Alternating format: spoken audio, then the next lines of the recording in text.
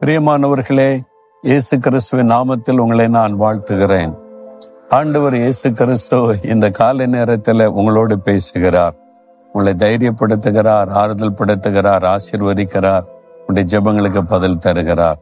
இன்றைக்கு கூட ஏதோ ஒரு காரியத்தில் நடக்குமா நடக்காதா, எப்படி நடக்கும் அப்படிலாம் சூழ்நிலை பார்க்குறீங்களா?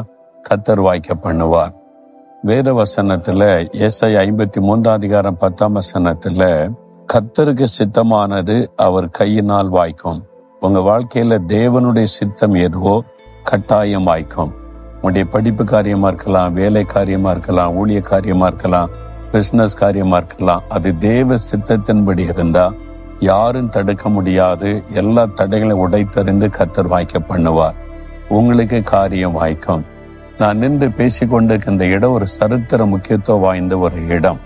ஸ்காட்லாந்து தேசத்துல எடின்பரோ நகரத்தில் இருக்கிற சென்ட் கைல்ஸ் என்கிற கத்தீட்ரல் பெரிய ஆலயத்துக்கு முன்னால் நின்று கொண்டு உங்களோடு பேசுகிறேன்.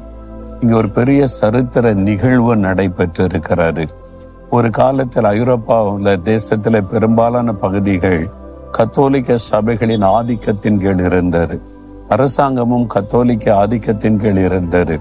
வேத வசனத்துக்கு மாறான பல காரியங்கள் அந்த காலத்துல செய்து கொண்டு வரப்பட்டது. பாவ மன்னிப்புக்காக சீட்டு, பணம் கொடுத்த பாவ மன்னிப்பை வாங்குவது, வேத புஸ்தகத்தை யாரும் வாசிக்க கூடாது, ஒன்லி அந்த மத தலைவர்கள் தான் வாசிக்கணும், மற்ற யார் வீட்டையும் வேத புஸ்தகம் இருக்கக்கூடாது. இந்த மாதிரி பல கட்டுப்பாடுகளை வைத்து வேதத்திற்கு புறம்பான காரியங்கள் செய்தார்கள். அதை மீறி நடக்கிறவங்க கொலை செய்யப்பட்டாங்க. அந்த சமயத்துல ஸ்காட்லாந்து தேசத்துல மேரி ராணி ஆட்சி செய்து வந்தாங்க. ரொம்ப பயங்கரமான வைராக்கி உள்ளவங்க. யாரு அது சபைக்கு விரோதமா எழும்பினாலும் அவங்களை கொன்று போடுவாங்க. பலர் அவங்களால கொல்லப்பட்டாங்க. அந்த சமயத்துலதான் ஜான் நாக்ஸ் என்ற வாலிபனை கர்த்தர் எழுப்பினார். அந்த வாலிபன் எழும்பி தேசத்திற்காக பாரத்தோடு ஜெபித்தான். ஒரு பக்கம் இந்த மதவாதிகளினுடைய ஆதிக்கம், அடிமைத்தனம், இன்னொரு பக்கம் மதுபானம், போதை வஸ்துகள், விபச்சாரம், வேசித்தனத்தினால தேசம் தீட்டுப்பட்டு ஜனங்கள் பாவத்தில் அழிந்து கொண்டிருந்த சமயம். இதையெல்லாம் பார்த்து பாரம் கொண்டு அவர் பாரத்தோடு ஜெபம் பண்ணினார். ஆனால் ஒரு பெரிய அரசாங்கத்தை எதிர்த்து ஜெயிக்க முடியுமா? ராணுவமே அவங்க கையில் இருக்கிறாரு. ஆனால் இவர் விசுவாசத்தோட முழங்கால் என்று ஜெபித்ததனால ஆண்டவர் அவரை கொண்டு தன்னுடைய திட்டத்தை நிறைவேற்றினார். அவர் ஜான்னாஸ் காலத்தில் ஒரு எழுப்புதல் உண்டாயிற்று. பெரிய ஒரு மனமாற்றம் வர ஆரம்பித்தது. அவர் மூலமாக இந்த ஆலயம் கத்தோலிக் ஆலயமாக 400 வருஷமாய் இருந்தது. சென்ட் கைல்ஸ் கத்தீட்ரல் பிரெஸ்பிட்டேரியன் சபையாய் மாற்றப்பட்டது. இந்த ஆலயத்துக்குள்ளே ஜான் நாக்ஸ் பிரசங்கம் பண்ணி இருக்கிறார். அவரை குறித்த சிலையின் வரலாறு அங்கே எழுதி வைக்கப்பட்டிருக்கிறது. அப்ப இந்த ஆலயமே ஆண்டவர் எந்த ஒரு காரியத்தை செய்து முடிக்க வல்லவர் என்பதற்கு சாட்சியான இருக்கிறது. தேவனுக்கு சித்தமானது வாய்க்கும். ஜான் நாக்ஸ் தைரியமாய் நின்றார்.